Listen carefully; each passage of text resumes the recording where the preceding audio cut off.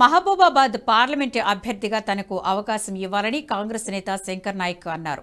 మహబూబాబాద్లో మాట్లాడిన ఆయన తెలంగాణ కోసం ఉద్యమాలు చేసిన వారిలో తాను కూడా ఉన్నట్లు తెలిపారు. పార్లమెంటు నియోజకవర్గ ప్రజలకు తాను తెలుసునన్నారు. ఈ ప్రాంతానికి తానేమీ కొత్త కాదన్నారు. గతంలో బలరాం నాయక్కు 2 సార్లు అవకాశం ఇచ్చారని గుర్తు చేశారు. రానున్న ఎన్నికల్లో తనకు ఎంపీ టికెట్, భద్రాచలంలో ఎమ్మెల్యేగా పోటీ చేసి ఓడిపోయిన వీరయ్యకు ఎమ్మెల్సీ ఇవ్వాలని శంకర్ నాయక్ కోరారు.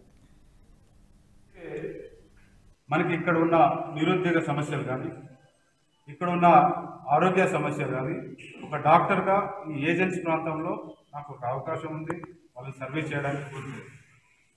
ట్రైబల్ యూనివర్సిటీ మీద కొట్లాడడం మంచిది. ఇప్పుడు మనకు సమ్మక్క సారక్క ట్రైబల్ యూనివర్సిటీ వచ్చింది.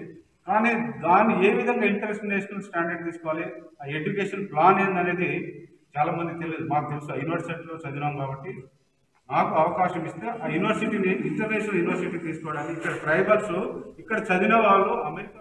ఈ వీడియో మీకు నచ్చినట్టయితే లైక్ చేయండి, 10 మందికి షేర్ చేయండి. అలాగే కామెంట్ల రూపంలో మీ అభిప్రాయాలను మాతో పంచుకోండి. Nationalist hub group of channels ను సబ్స్క్రైబ్ చేసుకుని తెలుగునాట జాతీయవాద జర్నలిజాన్ని ప్రోత్సహించండి. ఈ వీడియో కింద ఉన్న బెల్ ఐకాన్ పై క్లిక్ చేయడం మర్చిపోవద్దు.